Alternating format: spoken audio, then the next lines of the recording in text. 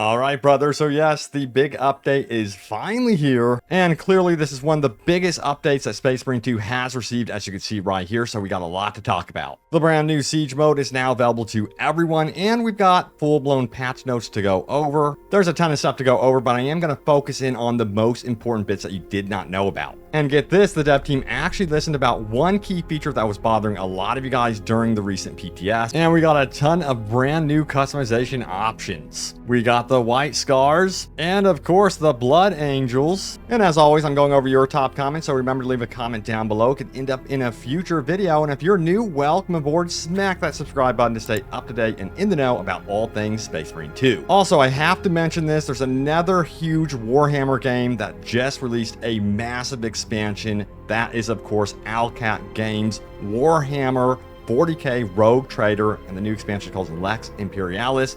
And I'm going to have a very special video about this one going out in a few hours after I release this video, so please be on the lookout for this. If you guys have neglected Rogue Trader at all, be sure to check it out. Also, they're doing a big Steam summer sale dedicated to Warhammer 40K Rogue Trader. You can get on that by following that link in the description below. But yeah, disclaimer here, that upcoming video is going to be a sponsored video, but you guys make that stuff possible, so thank you to you. And of course, Owlcat Games for believing in what I do here. But I say we get into this brand new update as announced right here. Some really cool stuff going on. And yes, we have glorious patch notes that we need to go over. We're not going to go over every single detail in the patch notes because it's very similar to the PTS patch notes I covered recently. So I will go ahead and throw that in the description as well if you missed that video. But there are some important noteworthy changes here. By far, one of the most frustrating things out of the PTS was the fact that Siege mode actually had a timer and we were promised infinite waves. Well, we actually have an update about this thanks to the recent patch notes. Check it out right here. Of course, we were promised infinite waves past, of course, that wave 15. But they go on to say this: note about timer changes for PTS. The biggest criticism regarding Siege mode from the community was the wave timer limit. It exists only for technical reasons. In this build, we've made some optimizations so the Siege mode can last longer. Timer got reworked. Instead of having a limited time per wave that can get to a very short time on higher waves, there is a timer for the entire session, and each time you beat a wave, the timer increases. We've also adjusted the difficulty curve of infinite waves so enemies will get stronger faster after the 15th wave. These changes will make players die in fair combat rather than due to the timer.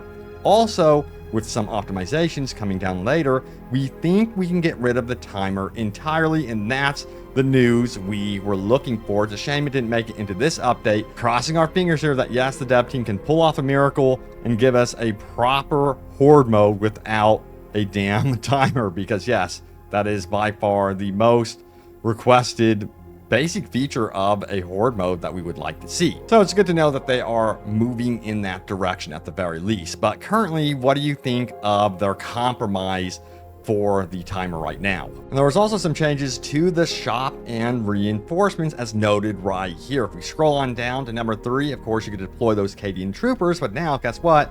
Guardsmen are going to be cheaper. That's a great change right there.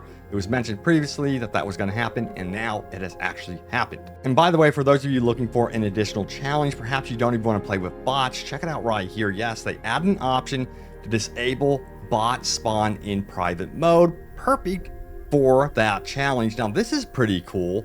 So RTAO experimental feature added enables in-game video settings. We have DLSS4, better upscale, multi-frame generation, and NVIDIA settings for 50XX series cards. So if you're on a 50XX series card, check that out. They added in some pretty cool graphical features right there. Also, moving on, yes, of course, we did get the new Season Pass content, the White Scars, Blood Angels customization pack as well, looking pretty sharp right there. And you can see how badass the White Scars look right here. Man, love it. So yeah, let's go ahead and take a look at some of the cosmetics added to the game. This one being one of my favorites. This is, of course, the White Scars champion, who is going to be for the assault class this go around. Unfortunately, you cannot, apply this to every single class. I wish I can get this on tactical, just saying. But yeah, he is absolutely badass looking. But you know what? We also have a bunch of other cosmetics which can be utilized across all classes. Check it out. We have the white scars and then the blood angels. I say we start out with the blood angels. It's really, really cool. So we have a wide assortment. If I can close this menu down for you guys, wide assortment of blood angels that have been added here. The blood dragons. We have the flesh eaters. And then, of course, the Lamenters, which I know a lot of you guys are super hyped about that one. Angel's Penitent, the Flesh Terrors, and of course the Atlantean Spears. They look really, really cool. And we've got the Blood Scythes. Do not forget about the Angels Sanguine as well. So a lot of different chapters added in here, but let's head on over to the White Scars as well. We have the Destroyers, the Marauders, and of course the Storm Lords. We got the Rampagers. Don't forget about the Dark Hunters. And we've got the Solar Hawks. And yes, the Storm Reapers. They look really, really cool. And the Mantis Warriors. Which one is your favorite out of all of these? Really do like the look of, particularly, definitely this one right here caught my eye. I gotta say, the Blood Dragons look very, very cool. And they continue to also add some very cool cosmetics for weapons. Check these out right here. You can actually find this under the Appearance tab, under this little icon right here. You can switch back and forth, of course. But yeah, that's really, really cool looking. I like the red. Digging the red. And also, we do have some combat quality of life improvements I definitely wanted to talk about. So check it out. If a sniper type enemy aims at you, using Assault Jump's pack ability will allow you to dodge the shot. The sniper will shoot instantly, but the shot will miss. They also fixed an issue where Neurothrope's Warp Storm Afterblast could stun lock the player with heavy hits. Now, Afterblast will damage the player but not control them. Additionally, Neurothrope's shots now have a slightly longer delay between them, so you can call that a nerf for the Neurothrope. So I think a lot of you guys will be happy about that one.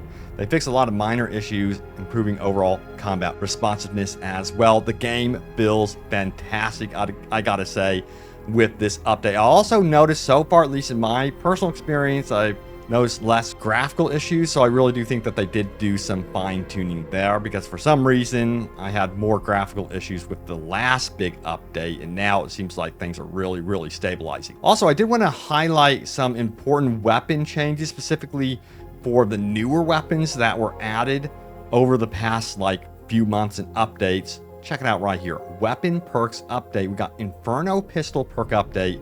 No fear. The perk has been reworked. The old version says when your health is below 10%, reload speed increases by 30%. The new version is if your armor is fully depleted, reload speed increased by 20%, which is a great change. And the Neo Volkite also saw some changes here. Combustive Momentum, the perk has been buffed.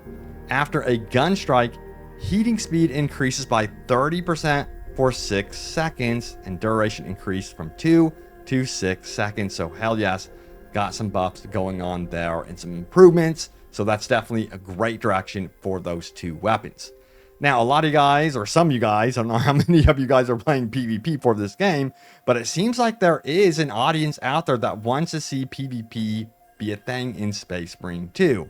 Now, if you feel like it's being neglected, don't worry. They did at least mention this right here. With the next patch, we are going to be taking a closer look at PvP weapon balance.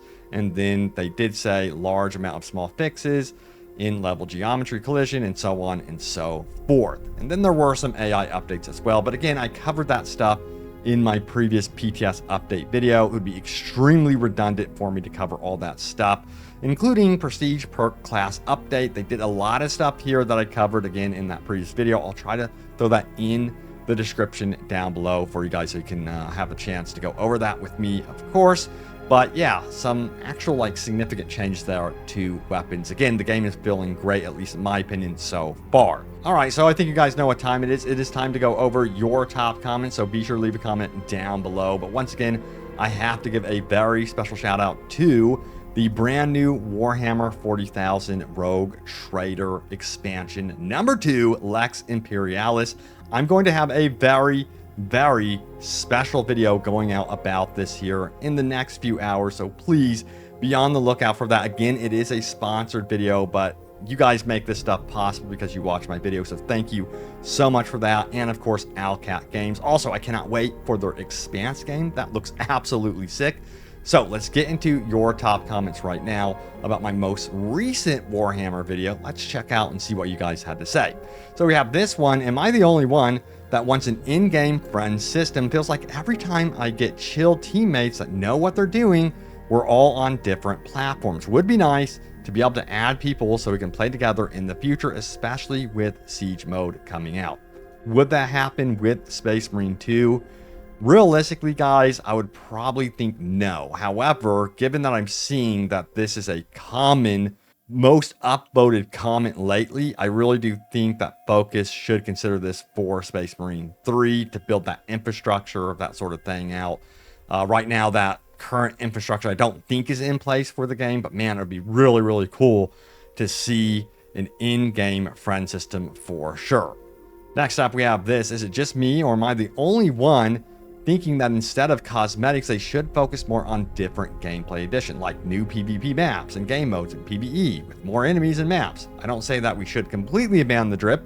Personally, I would love some Horse Heresy armor, but what good is the drip when I can play it only on a few maps? What do you guys think? Yeah, you know, it'd be cool if, like, with every big update, this is my personal opinion, if we got tons of PvE maps. You know, that's what I would look forward to the most. I want to see more Horde mode maps, of course, and then PvE maps, especially for Operations. I just love Operations mode. It's still my favorite thing to play in Space Marine 2, even with the Siege update. Let me know if you guys feel that way or not, if Siege mode is taking over your life, or if you're still like, I want more Operation stuff. I'm actually really curious now what you guys are preferring in terms of like the PvE realm. Is it going to be Siege mode, or is it going to be Operations? Or both. Why not both? But yeah, you know, regarding PvP, I don't want them to neglect PvP. But again, as it stands, a very small amount of you guys, from what I understand, are playing PvP. So I just think the dev team should really double down on what the core player base is really focusing on right now. Also, we have, wait, do the devs not remember that the last cape they added for the sniper was a different color and animated? Yeah, you know, I just think that they really do need to have more customization when it comes to the sniper cape. No excuses, make it happen. And then also, I think they use the word complex too much when a modder can do it in about 1 hour. Maybe they should hire someone who knows what they're doing then if it's too difficult for something simple. And I also think that the team is kind of like divided into two. They won't say this. You got them working on the new content for Warhammer, and then they're also simultaneously working on Turok Origins. Exactly, like, why not hire modders if you're going to be so busy doing multiple projects? Really hone in on this game and bring what, you know, the player base wants. So yeah, let me know what you guys think of Siege mode. Finally, you console players can have a go at it. Hell yes, that's what I'm talking about. So super hyped for you guys that didn't get to get involved with the BTS. But anyway, thank you guys so much for watching. Stay tuned here for more Space Marine 2. I have you guys covered, and I will see you all next time. Take care.